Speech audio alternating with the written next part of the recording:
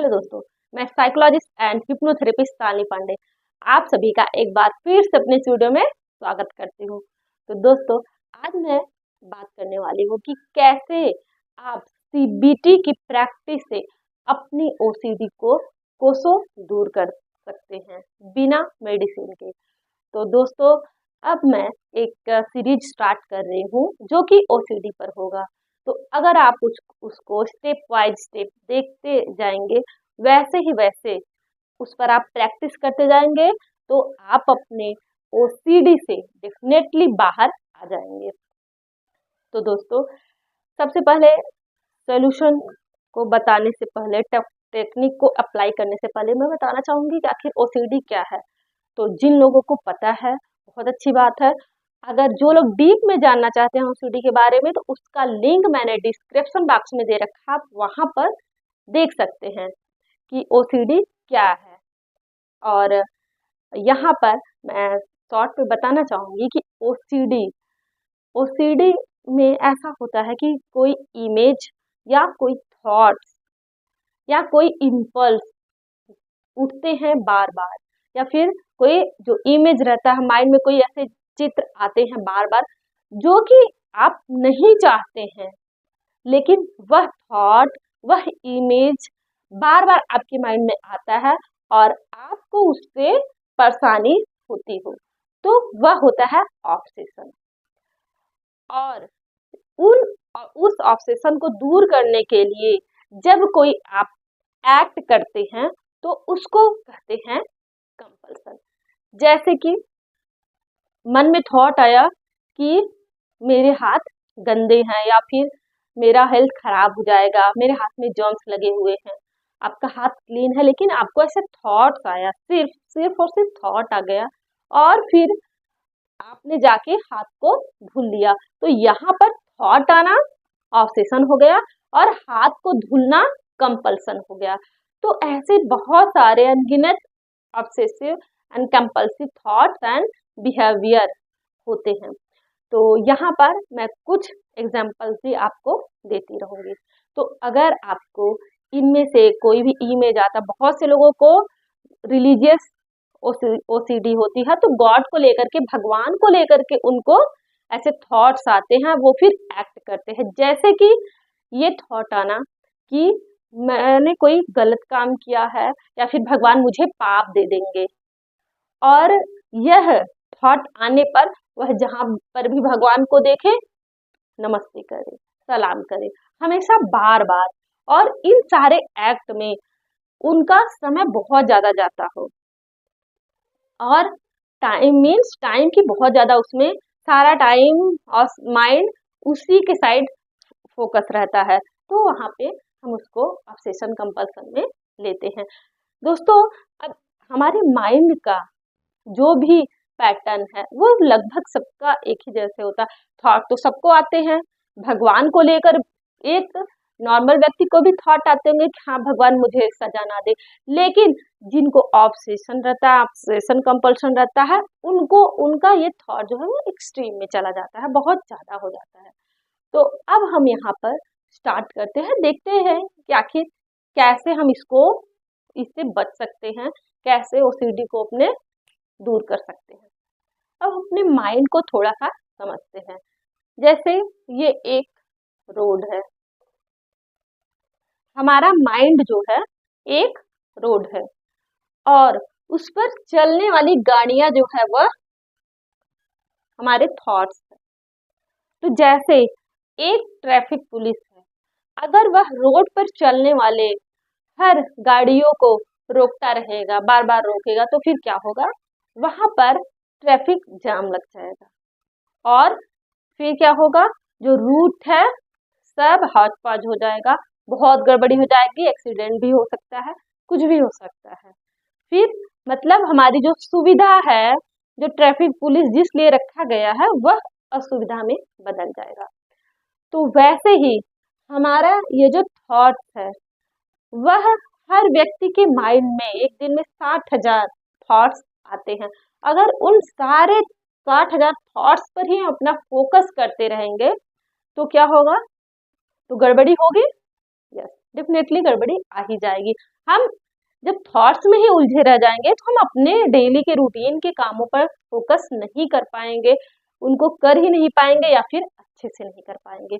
तो इसीलिए एक ट्रैफिक पुलिस की तरह दूर से खड़े होके उसको देखना रहता है कि क्या, हाँ, जब जहाँ पे बहुत जरूरी रहता है तो हम उस पर काम करते हैं। जैसे मन में बहुत सारी थॉट्स चल रहे हो, लेकिन मुझे है कि नहीं, मुझे पढ़ाई करना है, कोई स्टूडेंट है उसको पढ़ाई करना है, या फिर कुछ है, कोई लेडीज है खाना बनाना है, वो थॉट्स आया करे इतना टाइम हो गया, 7 बज गए हैं, अब खाना बनाना है, तो उस थॉट को लिया, उस पर एक्ट कर दिया। तो यहाँ पर ये आपके काम की चीज है, इस पर आपने अच्छी चीज पर एक्ट किया है। लेकिन अगर आप ऐसे हर थॉट्स पे एक्ट करेंगे तो वहां पर प्रॉब्लम हो जाएगी। तो यहाँ पर ये समझने वाली बात है कि वो जो थॉट्स है उसको पहले देखना है कि मुझे किस पर एक्ट करना है और किस पर एक्ट नहीं करना है। तो थॉट्स को सिर्फ और सिर्फ थॉट्स की तरह लीजिए, न कि रियलिटी की तरह कि ये रियलिटी है। अब तो यहाँ पे क्या करना है, सबसे पहले जो भी थॉट्स आ रहे हैं पहले उनको रीलेबल करना है। रीलेबल मीन्स जैसे कि जब मन में थॉट्स आए कि मेरे हाथ गंदे हैं,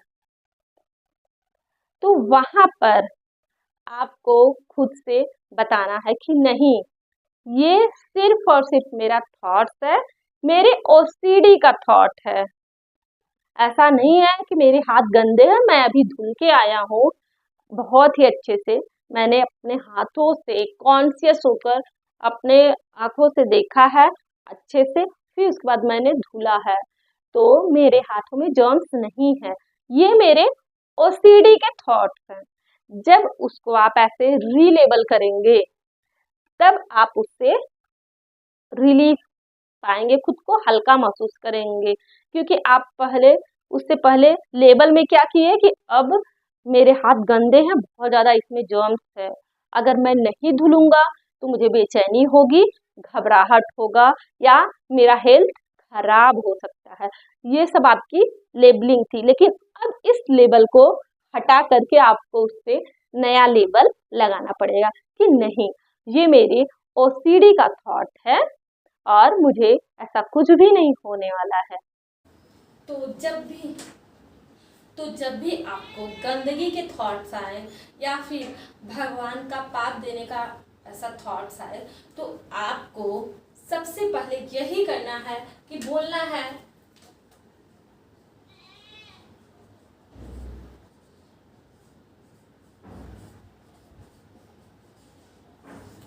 that is my OCD not me. Means कि यह मैं नहीं हूँ, यह मेरा OCD है। मेरे OCD में जो भी थॉट्स आ रहे हैं, घबराहट हो रही है या बेचैनी हो रहा है, तो वो बोले कि ये OCD का है, मेरा नहीं है। जब आप ऐसा करेंगे तब आप खुद को रिलैक्स पाएंगे। फिर उसके बाद आता है रीएट्रीब्यूट।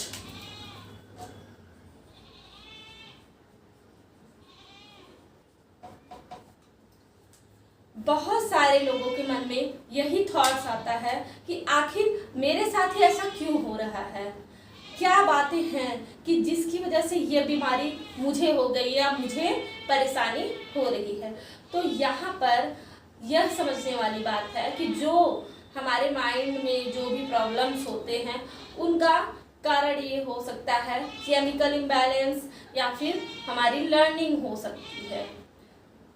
लर्निंग है जैसे हमारे बचपन में ही हमको बहुत सारी चीज़ें बताई जाती हैं, जैसे पूजा करो और दूसरों की सहायता करो या फिर बहुत साफ सफाई करो। जब इन सब चीज़ों के लिए बहुत सारे बच्चों को छोटे रहते हैं तो उनको सफाई के लिए बहुत ज़्यादा पनिश कर दिया जाता है। पूजा के लिए भी बहुत ज़्यादा उनके मन में डर भर दिया जाता है कि अगर आप ऐसा नहीं करेंगे तो भगवान आपको पाप दे देंगे। यही सब चीज़ें जब उनके माइंड में अगर डीपली बैठ गई है तो वही आगे चल के वह प्रॉब्लम क्रिएट करता है। देखिए दोस्तों, हमारा स्वभाव होता है कि हम सफाई को भी नॉर्मली ही लेते हैं। सबके माइंड में सफाई के लिए थॉट्स आते हैं, सब खुद को साफ और स्वच्छ रखना चाहते हैं। जैसे हमने कुछ खाया तो हम जरूर चाहेंगे कि हम अपने हाथ को धुलें, लेकिन जनरली ओसीडी में ये होता है कि हाथ धुला हुआ है लेकिन फिर से लगता है कि नहीं अब गंदा है, हाथ साफ है तब भी लगता है कि गंदा है और उसको धुलना है। जिन चीज़ों को हम आराम से कर लेते हैं बिना किसी टेंशन को, उसको भी करने में उनको परेशानी होती है। जैसे अगर डोर ओपन करना हुआ तो भी उनको परेशानी होगी कि ऐसा ना हो कि मेरे हाथों में जर्म्स लग जाए। तो यहाँ पर खुद को बताना है कि यह मेरी लर्निंग हो रखी है, क्योंकि अगर आपको याद होगा अपने बचपन का कि हाँ मेरे पेरेंट्स ने मुझे ऐसा बताया है, चाहे तो पूजा के लिए, चाहे तो गंदगी के लिए, या फिर और भी बहुत सारे ओसीडी हैं उन सब चीज़ों के लिए। या फिर हो सकता है कि आपका बचपन में ही कुछ केमिकल इस तरीके से आपका इम्बैलेंस केमिकल में आया हो, जिसकी वजह से आपको ऐसे प्रॉब्लम हो रही है। तो क्या होता है इसमें कि माइंड बहुत ज़्यादा ओवर एक्टिव हो जाता है। जिनको भी एंजाइटी होती है यही काज होता है, उनका माइंड बहुत ज़्यादा ओवर एक्टिव हो जाता है, उस चीज़ के लिए ओवर कॉन्शियस हो जाता है, जिसकी वजह से कि यह बीमारी होती है। तो यहाँ पर खुद को बताना पड़ेगा कि यस मेरी यह लर्निंग हो रखी है, या फिर केमिकल इम्बैलेंस की वजह से मुझे ऐसा हो रहा है। तो जब आप ऐसा बताएंगे तो आप खुद को रिलैक्स पाएंगे। दोस्तों अब भी गंदगी का मैंने एग्जाम्पल दिया, पूजा का भी एग्जाम्पल देख लीजिए कि जैसे अगर एक व्यक्ति है, वह काम करता है, जॉब पे जाता है, रास्ते में मंदिर पड़ता है और वो भगवान को ग्रेटिट्यूड करता है कि भगवान आपकी बहुत ही कृपा है कि आपने मुझे इस काबिल बनाया है कि मैं अपने फैमिली का, अपने बच्चों का पेट पाल रहा हूँ, उनको अच्छे से उनकी हर डिज़ायर को फुलफिल कर पा रहा हूँ। तो ये हो गया है ग्रेटिट्यूड, पॉजिटिव ग्रेटिट्यूड। अब वह व्यक्ति गया, मान लीजिए कभी वो भूल गया, नहीं किया, तब भी वो उसको कोई नहीं कि ठीक है कोई नहीं आप तो भूल गया।